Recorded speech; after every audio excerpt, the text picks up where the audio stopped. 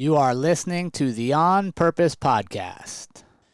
What's up, everybody? Welcome to this week's edition of the On Purpose Podcast.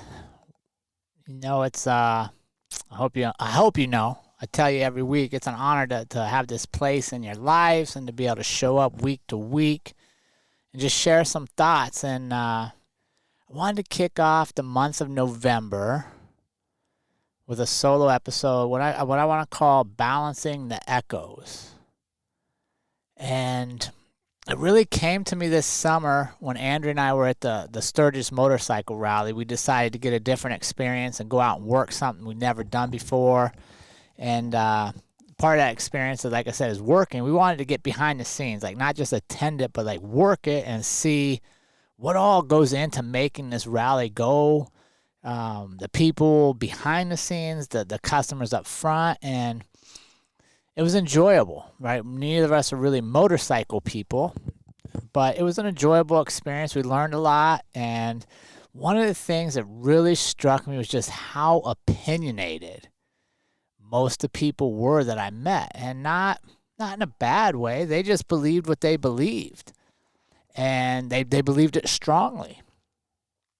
Which is fine, right? If you're going to believe something, believe in it. But I'd also challenge you to not be so close-minded you can't see any other possibilities. And that's where I came up with this idea of talking about the echo chamber, right? And when you think of an echo, right, if I go out into the woods today, out in the middle of Oregon where we're at, and I say, Jerrod is the greatest.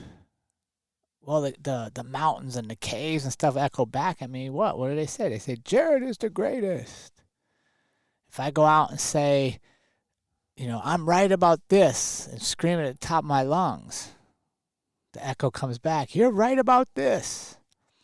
The echo never says, Jerrod, you might be missing perspective, or, hey, have you considered? It doesn't give you any other anecdotal questions or something to challenge what you're thinking. Neither does the echo chamber, which a lot of us live in nowadays, right? And I'll tie that back to Sturgis. One of my coworkers had very strong opinions on damn near everything, but particularly politics. And he would just tell everybody that came within earshot of his stances on things and why he believed this, and this is crazy, and this is stupid, and that's dumb. And I'm curious. I like to know stuff. So I'd ask him, like, why do you think that? And he'd pull out his phone and say, look, it's right here. And I'd go, okay. What source did you get that from? He got it from a specific source. And next thing you know, he's off on another topic that he believes firmly in. He knows he's right. And he'd be like, well, why do you think you're so right on this one? He's like, well, look, it's on this and this and this. They're all apps on his phone.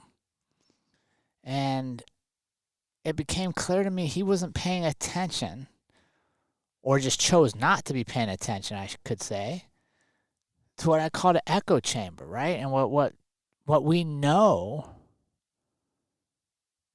is happening in our world, and that is the internet, all the data they gather from you off your searches on your phone, your computer, your mapping systems, what you buy online, what you don't buy online, what you scroll past, what you click on. They're all algorithms, and we keep track of this. And websites will use it to know, okay, I only want to show content related to this because they like it, and I won't show anything on this because they skip past it. Filter bubbles, right? It filters out what you don't want, what you don't respond to, and feeds you more of what you do. Well, how dangerous is that for us if we're not aware? If we're not paying attention, okay, maybe not everybody thinks exactly like I think in the world,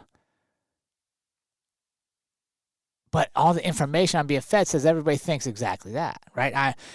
It's confirmation bias. Just because I want something to be true doesn't necessarily mean it is true. But if I only search things that tell me exactly what I think is true, then it's easy to believe everything's true, right? That's one of the ways we get so divided and so out of touch with each other and the humanity of things is by just buying into everybody believes like we believe. That my opinion has to be the right opinion because, look, all these other things are saying the exact same thing I say. But it's not the truth. Right? An echo chamber, here's a quote I got doing some research. An echo chamber circulates existing views without encountering opposing views, leading to confirmation bias. It amplifies or reinforces what you already believe by communications and repetition inside a closed loop.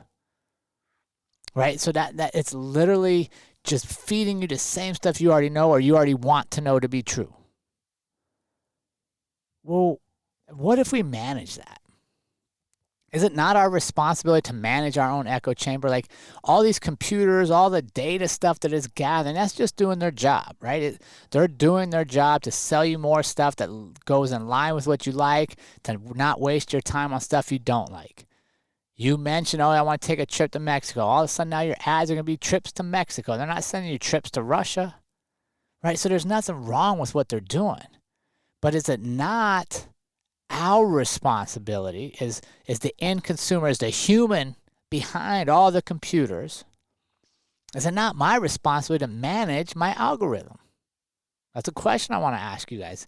Is it not our responsibility to manage our algorithm? Or do we just sit back, I hear this all the time, the algorithm's doing this, the algorithm's doing that, and we just think we're at the mercy of the algorithm because we're not actively controlling it. We're not actively managing it. So how do we do that? How do we control the information we're being fed? Or, more importantly, make sure that we're getting both sides of a story or multiple sides of a story. A lot of times we're so caught up and there has to be this or that side, a red or a blue side, a liberal or a conservative side. But there's many sides to many stories. So how do we actively take charge of the information that's coming to us to make sure we get multiple views? That's what I wanted to talk about. That's what I wanted to get to, is how do we do this? Okay, so the first thing I think you got to say is you got to admit your preferences, right? There's nothing wrong with having a preference. There's nothing wrong with saying, okay, I generally like this and I generally won't agree with that. Okay, the first one, as soon as we start admitting it, now we can start to manage it. Now we can start to go, okay, this is what I think. Let me see what somebody else would think about this. Okay, so now we've admitted, okay, maybe I lean this way on these topics. Maybe I prefer this ideal over that ideal. So we admit we have our own biases. And if you don't think you have a bias, you're lying to yourself. Everybody has biases about something. You don't like red. That's a bias. You prefer this over that. That's a bias. It's fine. It's human nature to prefer things. Okay? Second, what are our sources for information? What are we looking at? Do we ever take time to click on the story of an opposing view? Do we ever, if we're going to this one channel for our news source, do we ever go to the opposite channel to see what they report on the same topic? Right? By balancing out, by starting to click. It's actually a strategy. I was reading about this. If I say I don't know, politics is such an easy one because it's coming up to that time of year. If I lean one way, say I whatever side I want to pick and choose, and if you listen to my other episodes, I don't like none of the sides, so I don't think any of them represent me. But if I click on a Trump thing, then I'll probably click on a Biden thing next. If I click on a Biden, I want to go to Trump next. If I click on CNN, I want to click on Fox. If I go on ABC, I want to go on NBC, right? I want to go opposites all the time, click back and forth so that the algorithm doesn't know what my preference is, so that it starts to feed me both sides, or that I can actually see both sides to any conversation. Next is be open to opposing views. Be open to, what if I'm wrong?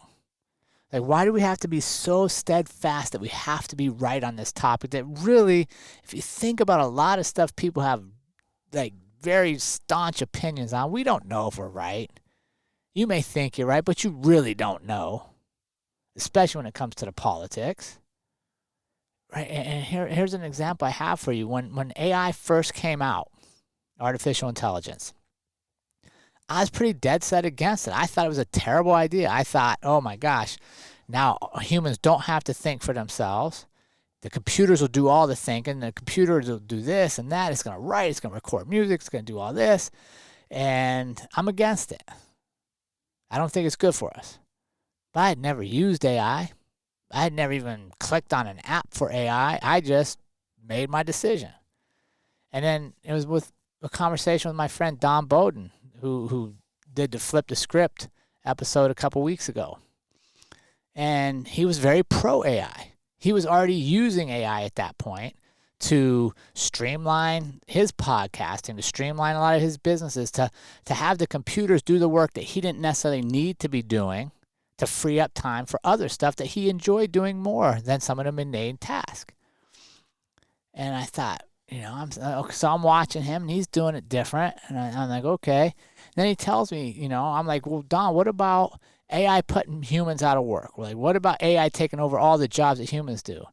And he said something, I'll have to get him to give me the direct quote, but this is what I remember from it. It was something similar to AI will only replace humans who don't learn to use AI.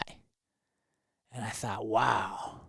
Right? And then it took me back to, okay, people in our families refuse to get smartphones. I'm never going to get a smartphone. I don't need that. Well, what happened? If they stuck to, I'm never going to use a smartphone, they almost became obsolete, right? They couldn't communicate in the way the modern world is communicating, texting, social media messaging, direct messaging, because they were they just put a line in the sand that says, I'm not going to have a smartphone, so now they're capped. There's only so much they can do up to that point. But they never even tried a smartphone. They just had this belief that a smartphone is bad, I'm not going to do it. Similar to what I said about AI. AI is bad, I'm not going to do it. And then Don opened my eyes. I was like, okay, so now I give AI a chance. And now all of a sudden, it's probably been 6-7 months since we had that talk, AI has helped me streamline a couple of processes that took maybe 4 or 5 hours. Now it's down to 1 hour. That means I get 4 hours of my time back. That I can do something else. I can learn play my ukulele some more. I can do whatever. And the only way I got that is I was open to an opposing view. I was open to questioning, wait, why do I even think this? I never even tried it. I just read some stuff, made an opinion, and that's that. And I'll be honest with you, old Jerrod would have stuck to that. 20-year-old me would have stuck to that, and I'd have argued with Don for years. But 50-year-old Jerrod's like, I don't know, maybe I'm wrong. Let me look at what Don's doing. Turns out Don had a much better, much healthier opinion about AI than I did. So when you're getting information, if you're starting to notice you're only getting one side, or you think everybody thinks like you, you're in a chamber. You're getting the echo chamber effect, right? You're getting fed information. Challenge it. Ask yourself, what's the opposite? And then go find some stuff. If you're using your phone all the time, go click on a few things that lead you the other way. So first off, admit you have biases. Admit that you have views.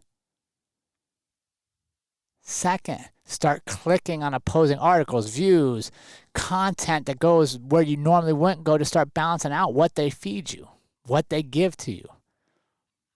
Then the third thing I'd ask you is look at your inner circle of humans around you. Does everybody agree on everything, or mostly agree on everything? Is your group inclusive of different ideas, people?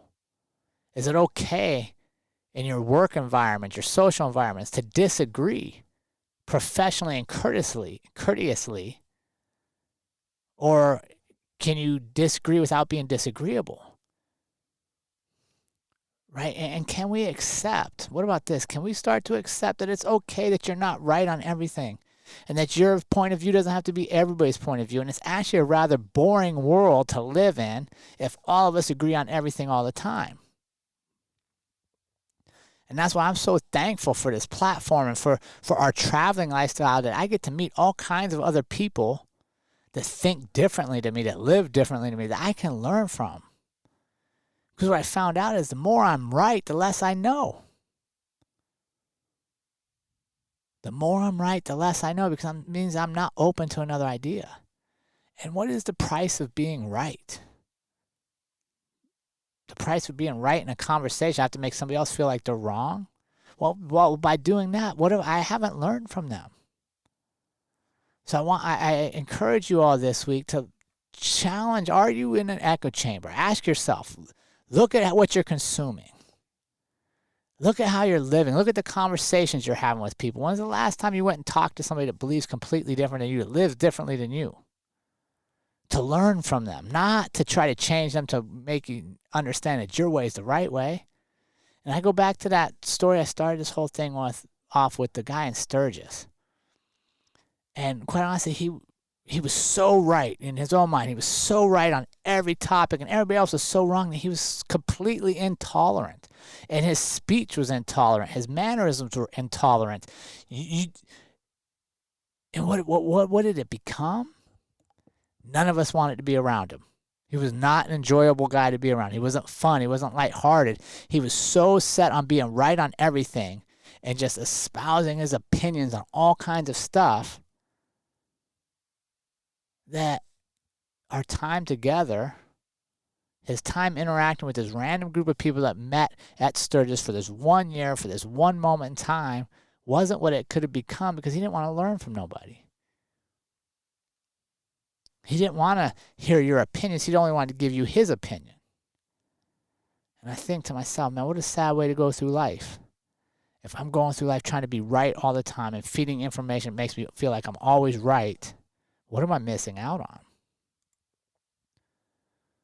So let's start off November. You got the election season coming up and all the hoopla that goes with that craziness. Challenge yourself to evaluate the echo chamber effect and manage the algorithms that are all part of our life. It's part of our life. It is what it is. But manage it. Don't be a slave to it. Don't just sit back and say, oh, it's the algorithm's fault. No, take ownership of making sure you're balancing your clicks and where you go for things. And then just be open that you may be wrong. Be open that you may be wrong. And here's what I'll tell you. One of the final thing to wrap this one up is I tell my kids all the time now, I don't know anything. I used to think I was the smartest man in the world for a lot of my life. And now I realize I don't know anything. And not knowing anything has been a lot more fun than trying to be right. Have an awesome week, everybody. And remember, team, life is far too short to live any other way than on purpose. We will see you all again next week.